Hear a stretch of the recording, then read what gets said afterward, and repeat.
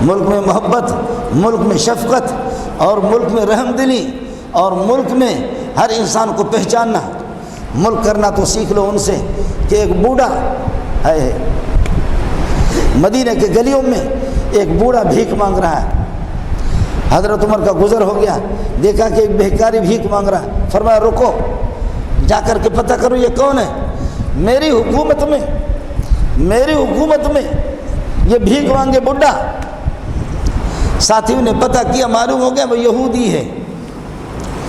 ساتھیوں کو یہ توقع تھی کہ عمر کی شفقتیں اس پر نہیں ہوں گے، کہا سرکار یہ تو یہودی ہے، سرکار یہ تو یہودی ہے۔ حضرت عمر کے آنسو آ گئے، کہنے لگے ان کے نوجوانوں سے ہم ٹیکس لیتے ہیں، ان کے نوجوانوں سے، کاروباری لوگوں سے، تجارت والوں سے ہم ٹیکس لیتے۔ جب یہ جوان تھا اور ہم اس سے ٹیکس لیتے رہے، آج یہ بڈھا ہو گیا اور ہم سے بھیک مانگتے رہے، بھیک مانگے ہم سے۔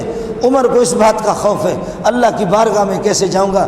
ارے اللہ کے بندو، فوراً اس کو روکو اور اس کو پیسے بھی دے دو، اس کا نام لکھ دو، ہر مہینے میں اس کو گھر میں وظیفہ پہنچائیں گے۔ اس کی جوانی کو ہم کھائیں اور بڑھاپے میں یہ ہم سے بھیک مانگے۔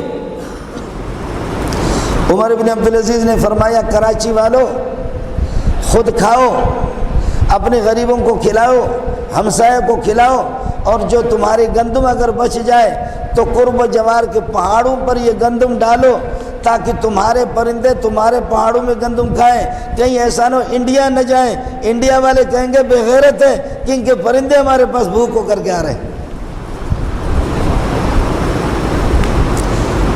میں مثال سمجھا رہا ہوں کراچی سے، لیکن جہاں حکومت تھی عمر بن عبدالعزیز کی، فرمایا کہ بھائی خود کھاؤ، سرمایہ دار کھائیں، دوسروں کو کھلائیں، کمائی والے کھائیں، دوسروں کو کھلائیں، لیکن اگر کچھ بچ جائے تو اپنے دائیں بائیں سرحدی علاقوں پر یہاں پر یہ کہ گندم نچھاور کر دو کہ تمہارے پرندے تمہارے ملک سے نہ جائیں کسی اور ملک میں۔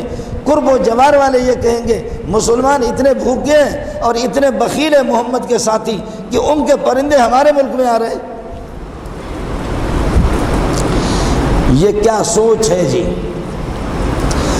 یہ کیا سوچ ہے، کیا غیرت ہے، کیا ہمدردی ہے، اللہ کی قسم آدمی سوچ بھی نہیں سکتا۔